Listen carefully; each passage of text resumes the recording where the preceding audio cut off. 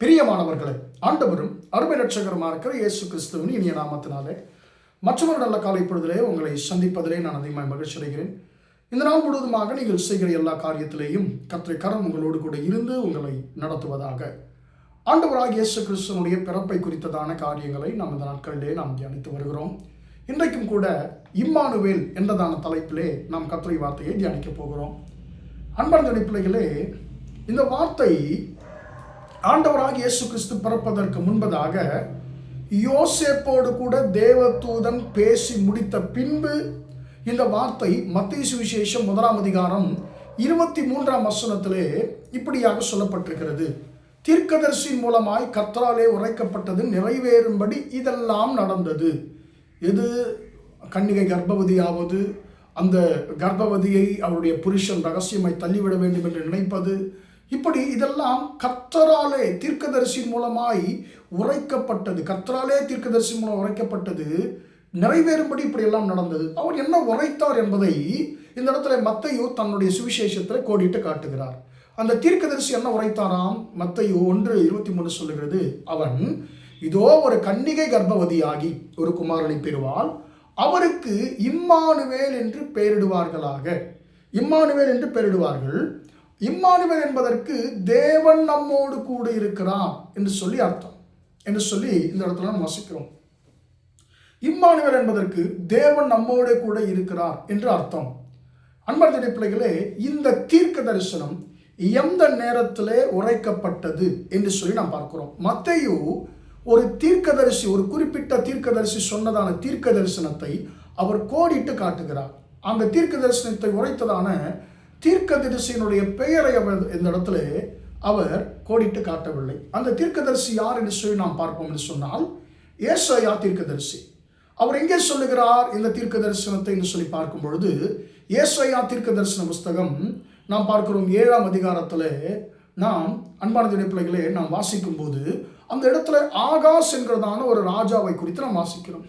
இந்த ஆகாஸ் எப்படிப்பட்டவன் என்று சொன்னால், கர்த்தருக்கு கீழ்ப்படிந்தவன் அல்ல, தேவ பயம் கொண்டவன் அல்ல, தேவ பயம் இல்லாதவன், கர்த்தருக்கு அருவருப்பான காரியங்களை செய்கிறோம். இவனை குறித்து நாம் வாசிக்கிறோம் 2 ராஜாக்களின் புஸ்தகத்திலெல்லாம் நாம் வாசிக்கிறோம். 16ஆம் அதிகாரத்தில் நாம் அந்த மனுஷனை குறித்து நாம் 2 ராஜாக்கள் புஸ்தகம் 16ஆம் அதிகாரத்தில் அந்த மனுஷனை குறித்து நாம் வாசிக்க முடியும். அன்பார்ந்த பிள்ளைகளே, இந்த ஆகாஸ் எப்படிப்பட்டவன் என்று சொன்னால், கர்த்தருக்கு பொல்லாப்பை செய்கிற ஒரு மனுஷன், தன்னுடைய பிள்ளைகளை தீக்கடக்க பண்ணின ஒரு மனுஷன், இன்னும் பள்ளத்தாக்கிலே தன்னுடைய பிள்ளைகளை தீக்கடக்க பண்ணின ஒரு மனுஷன் என்று சொல்லி வாசிக்கிறோம். பச்சையான சகல மரங்களின் கீழும் இவன் பலிபீடங்களை கட்டி விக்கிரங்களை பணிந்து கொண்ட ஒரு மனுஷன். தனக்கு ஆபத்து வந்த பொழுது கர்த்தரை எல்லாம் மனுஷர்களை தேடின மனுஷன், மனுஷர்களுடைய உதவி நாடின மனுஷன். அப்படிப்பட்ட ஒரு கர்த்தரை துக்கப்படுத்துகிற ஒரு மனுஷன் ஒரு கட்டத்தில் என்ன செய்கிறான்னு சொன்னால், அவனுக்கு விரோதமாக இஸ்ரவேலின் ராஜாவும் சிரியாவின் ராஜாவும் ஒன்று சேர்ந்து அந்த யூதா தேசத்தின் மேலே படையெடுத்து வருகிறார்கள். ஆனால் அதை பிடிக்க முடியலை. இப்போ இந்த ஆகாஸ் என்கிற யூதாவின் ராஜா என்ன செய்கிறான்னு சொன்னால், அவர்களுக்கு பயந்து என்ன செய்கிறான்னு சொன்னால், அன்பார்ந்த பிள்ளைகளே, ஒரு குகைக்குள்ளே போய் இவன் ஒளிந்து கொள்ளுகிறான். அந்த குகைக்குள்ளே அந்த நீரோடை பாய்கிறதான ஒரு குகை. அது எசேக்கியாவின் காலத்திலே மேலே இருக்கிறதான தண்ணீர் நகரத்திற்குள்ளே ஒரு குகையிலே நுழைந்து நகரத்துக்குள்ளே வரும்படி அந்த குகை, அந்த நீரோடையை எசேக்கியா ராஜா அதை வெட்டினார் என்று சொல்லி சரித்திரம் சொல்லுகிற பரிசுத்த வேதாகமம் சொல்லுகிறது. இப்போ இவர் என்ன செய்கிறார்? அந்த குகையில இருக்கக்கூடிய நீரூற்று இருக்கக்கூடிய அந்த குகையிலே இவர் போய் ஒளிந்து கொள்ளுகிறார். இப்போ ஆண்டவர் ஏசாயா தீர்க்கதரிசியை பார்த்து சொல்லுகிறார், நீயும் உன்னுடைய குமாரனும் அந்த ஆகாசனத்திற்கு நீங்க போங்க, போய் அந்த மனுஷனை பார்த்து நீ பயப்படாதுன்னு சொல்லு என்று சொல்லி ஆண்டவர் சொல்லுகிறார். ஏசாயா தீர்க்கதரிசி சொல்லுகிறார், இந்த 2 புகைகிற கொல்லிக்கட்டைகளை பார்த்து நீ பயப்படாது என்று சொல்லுகிறார். இந்த 2 புகைகிற கொல்லிக்கட்டைகளாகிய அசீரியாவின் ராஜாவையும் இஸ்ரவேலின் ராஜாவையும் பார்த்து நீ பயப்படாமல் அமர்ந்திருக்கப்பார் என்று சொல்கிறார். இந்த மனுஷனுடைய சூழ்நிலை என்ன? இந்த மனுஷனுடைய சூழ்நிலை குறித்து நாம் ஆகாஷ் ராஜாவுடைய சூழ்நிலை குறித்து நாம் வாசிக்கிறோம். அவன் இதை கேட்ட பொழுது, அதாவது 2 ராஜாக்கள் தனக்கு விரோதமாக வந்தார்கள் என்ற செய்தி கேள்விப்பட்ட பொழுது அவனுடைய இருதயம் காற்றிலே அசைகிற மரங்களைப் போல அது அசைகிறதாம். அந்த அளவுக்கு அவன் பயத்தின் உச்சத்துக்கு சென்று விட்டான். இப்போ தன்னை ஒளித்துக் கொள்ளும்படி ஒரு குகை நீரூற்று ஓடுகிற ஒரு குகைக்குள்ளே போய் செல்லுகிறான். இது சரியா லொகேஷன் பார்ப்போம் என்று சொன்னால் சீலோவாம் குளத்துக்கிட்ட இந்த லொகேஷன் வருகிறது. இது சீலோவாம் குளம். சீலோவாம் என்று சொன்னால் நமக்கு தெரியும், அனுப்பப்பட்டவன் என்று சொல்லி அர்த்தம். அன்பார்ந்த பிள்ளைகளே, இந்த சீலோவாம் குளத்தண்டையிலே இவன் போய் ஒளிந்து கொண்டிருக்கிற பொழுது ஆண்டவர் சொல்லுகிறார், உன்னை பயமுறுத்துகிற இந்த 2 புகைகிற கொல்லிக்கட்டைகளை பார்த்து நீ பயப்படாதே. புகைகிற கொல்லிக்கட்டைகள் சொன்னால் என்ன? ஏற்கனவே எரிந்து அணைந்து முடிந்து விட்டது. இப்போ வெறும் புகை மட்டும்தான் வந்துகிட்டு இருக்குது. அந்த கொல்லிக்கட்டையில் எரிந்து முடித்து விட்ட கொல்லிக்கட்டைகளை பார்த்து நீ பயப்படாத, அது உன்னை ஒன்றும் செய்ய முடியாது என்று சொல்லி அவர் சொல்லுகிறார். இப்போ கர்த்தர் உன்னை பாதுகாப்பார் என்பதற்கு அடையாளமாக நீ ஒரு அடையாளத்தாண்டவர்கிட்ட கேளு. அது மேலே வானத்திலிருந்தாவது கேளு, இல்லை ஆழத்திலிருந்தாவது கேளு, ஆழத்தில் இருக்கிற பூமியில் இருந்தாவது கேளு என்று சொல்லி இந்த ஏசாயா தீர்க்கதரிசி இடத்துல சொல்லுகிறார். நீ கர்த்தரிடத்தில் ஒரு அடையாளத்தை கேளு. மேலே வானத்திலிருந்தாவது கேளு, கீழே ஆழத்திலிருந்தாவது கேளுன்னு சொல்லி சொன்னால் இவர் சொல்லுகிறார், இல்லை நான் கேட்க மாட்டேன், நான் கர்த்தரை பரீட்சை பார்க்க மாட்டேன்னு சொல்லும் பொழுது அப்பொழுதுதான் இவர் சொல்லுகிறார், நீ கேட்கல, கர்த்தரே உனக்கு ஒரு அடையாளத்தை கொடுக்கிறார்.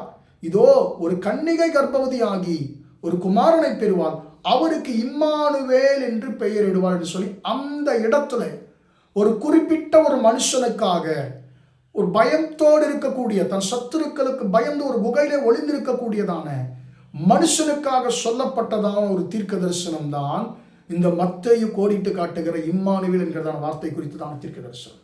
இவர் சொல்லுகிறார், இதோ கன்னிகை கர்ப்பவதி அவர் குமாரனை பெறுவாள், அவருக்கு இம்மானுவேல் என்று பெயரிடுவாள். இதான் உனக்கு அர்த்தம். இதன் அர்த்தம் என்ன?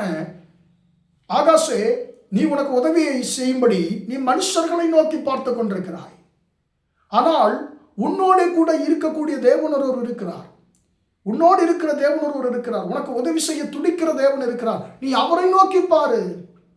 அவர் இம்மானுவேலாக உன்னோடு கூட இருக்கிறார். அன்பான தேவன் நம்மோடு கூட இருக்கிறான்னு சொன்னா என்ன? ஆண்டவராகிய இயேசு பிறந்த பிறகுதான் தேவன் மனுஷர்களோடு இருக்க ஆரம்பித்தாரா? இல்லை. ஆண்டவர் யாக்கோபோடு கூட சொன்னாரே, ஆதியாகமம் 28:15 நான் உன்னோடு கூட இருப்பேன்னு சொல்லி சொன்னார். யோசுவா 1:5 நாம் பார்க்கிறோம், நீ உயிரோடு இருக்கும் நாளெல்லாம் ஒருவன் உனக்கு முன்பாக எதிர்த்து இருப்பதில்லை, நான் மோசையோடு இருந்தது போல உன்னோடு இருப்பேன்னு சொல்லி ஆண்டவர் சொன்னாரே. அன்பான ஈசாக்கை பார்த்து ஆண்டவர் சொன்னாரே, நான் உன்னோடு இருப்பேன்னு சொன்னாரே.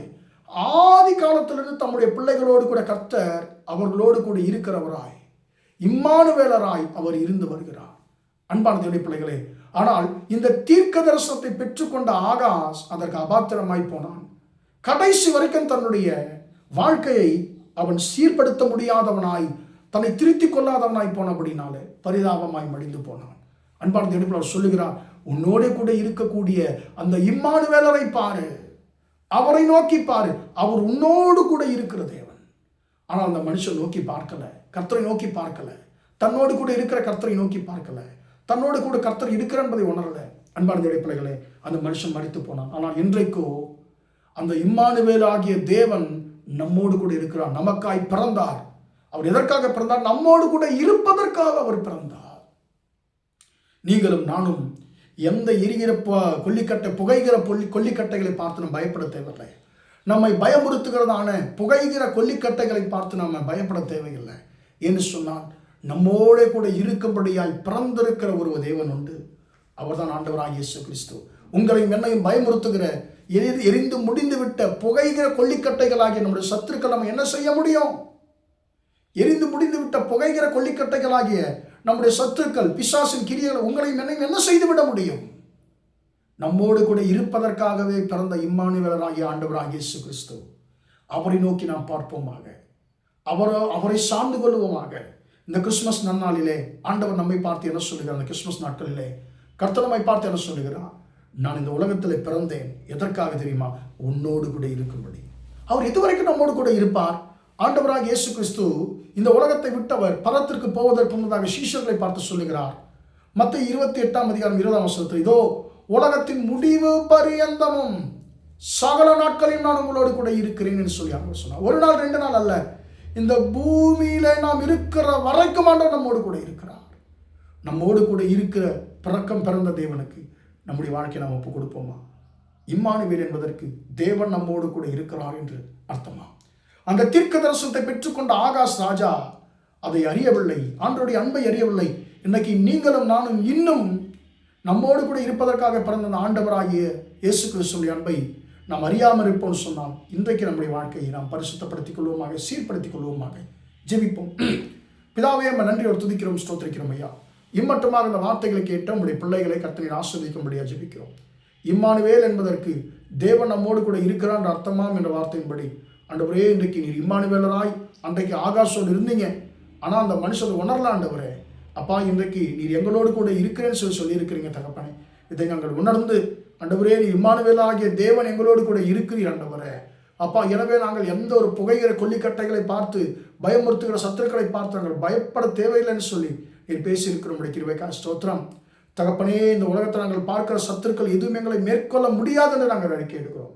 என்று சொன்னால் எங்களோடு கூட இருப்பதற்காகவே பிறந்த தேவன் எங்களோடு கூட உண்டு ஆண்டவரே. எங்களோடு கூட இருக்கும்படி பிறந்த இம்மானுவேலரே, எங்கள் வாழ்க்கை உங்களுடைய கரங்களில் ஒப்புக் கொடுக்கிறோம். கர்த்தர் நீரே ஆசீர்வதியும் ஆண்டவரே. இந்த நாள் முழுவதுமாய் நம்முடைய பிள்ளைகள் செய்கிற எல்லா காரியத்திலையும் ஆண்டவரே உங்களுடைய கரம் கூட இருந்து நடத்தட்டும் என்று சொல்லி இயேசுவின் நாமத்தில் ஒப்புக் கொடுத்து ஜெபிக்கிறேன் ஜீவனுள்ள நல்ல பிதாவே. ஆமேன், ஆமேன். பிரியமானவர்களே, கர்த்தர் உங்களை ஆசீர்வதிப்பாராக. Praise the Lord, praise the Lord.